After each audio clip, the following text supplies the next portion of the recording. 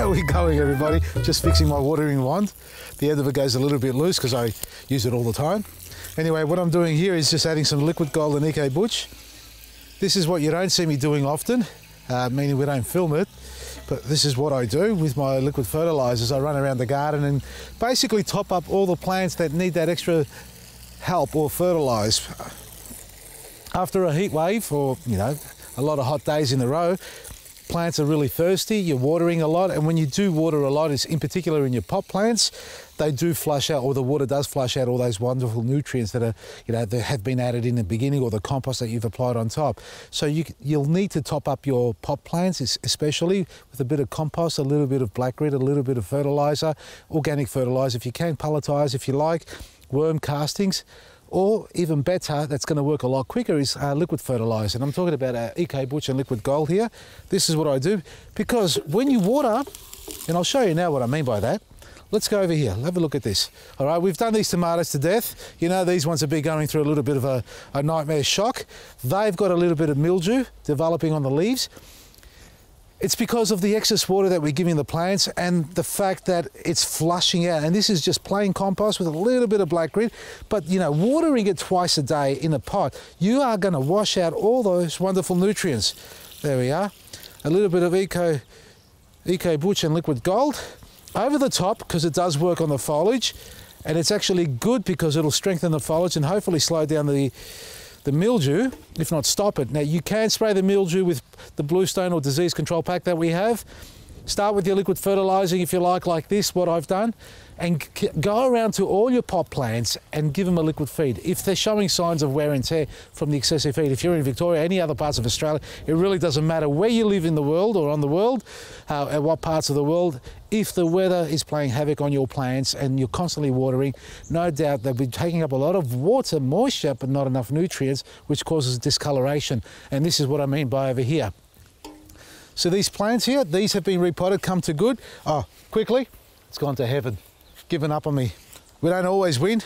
We lost that one. That was a little lemon tree that went backwards and just never recovered. But these are two grapefruits, and they've had a light spray with the Bluestone. And now I'm going to give them this liquid feed, and I haven't done this before, to be honest with you. I've only just added them into compost on top, but because I have been watering heavily, especially these ones here because of the high winds and hot weather, the nutrients are just washed out and they're just flushing yellow. And that will happen to a lot of plants. It doesn't have to be an edible plant, even these plants in here. This, I've done absolutely nothing. I haven't composted them. I threw a couple of seeds. You can see a big Malacca growing there, a couple of weeds yellowing off. Things like that, that tells you the soil is really poor. It's actually quite light too. It doesn't even hold any moisture anymore. So that needs to top up with compost and a liquid feed.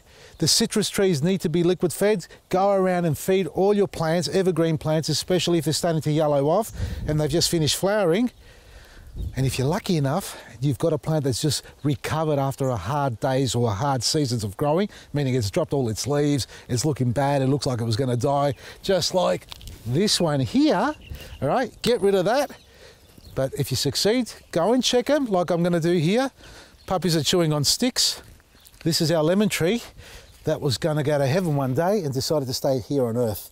Now that's the old stick there, the old trunk itself. I'm just having a look around to see if there's any dieback. Yes, there is there, and it's going to work its way down. So, clean pair of secateurs. I should have had my anvil pruners here. I'm only using these bypass. I should be using my anvil. But let's see how good these are. So slight angle as close to the bottom, but nice and green there. This shoot here doesn't want to take off yet. You can see we've got all the new growth here. Now, wait a second. That's grafted. See this one here?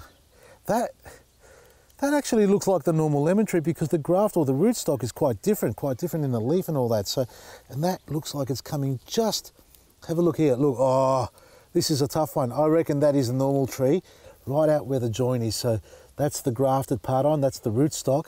That looks like it's coming from the graft, so that's why the leaf is still nice and green. Well, that's shaped there, the normal leaf, because the rootstock has a different leaf, different structural, you know, branch on it and everything like that. So that's okay, but we have got too many leaves here, or branches.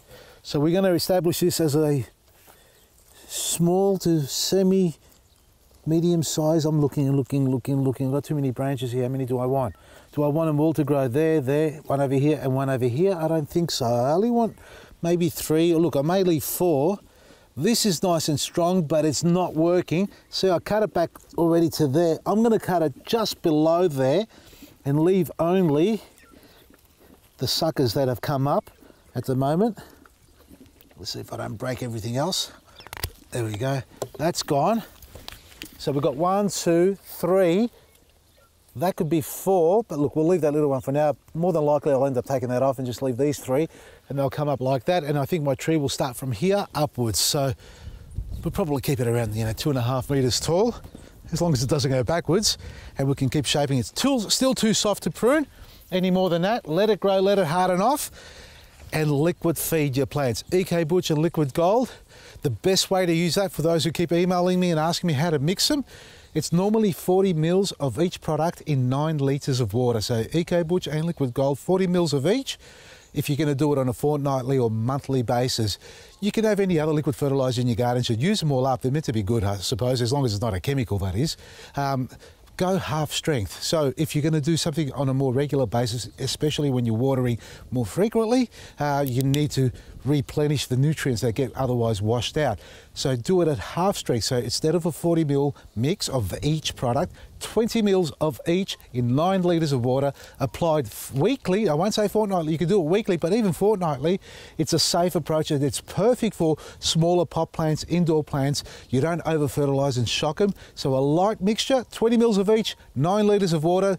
If you do the math on that, it's going to be about 2.2 mils of each in a litre of water. So per litre, it's about 2 mils.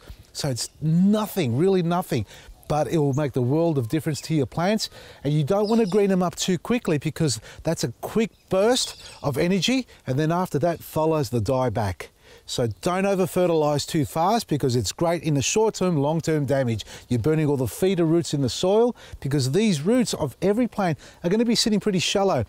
I don't know anybody who waters long enough to get the water down deep enough to cause the roots to grow down deeper. Roots tend to come up shallow in the soil in the hot seasons, in search for water. So when you hydrate, try and take your time watering, but more than likely you'll find shallow roots, and if you over fertilise suddenly, you burn those feeder roots, the plant dies back and drops its leaves, and it's all back to square one, which is what happened here. We don't all get it right, folks, and I admit my failures as well. But I've succeeded on this one, lost the other tree, and now I've got some pumpkins growing around the outside. And whatever happens, potluck and a lot of fun in the garden. Check out our website, vasilisgarden.com. Our name day sale is going to run all the way through till the end of this week. Take advantage on the huge specials that we are running there. Great gardening products and kitchen products as well. All at vasilisgarden.com. From me, Vasili, Maresi.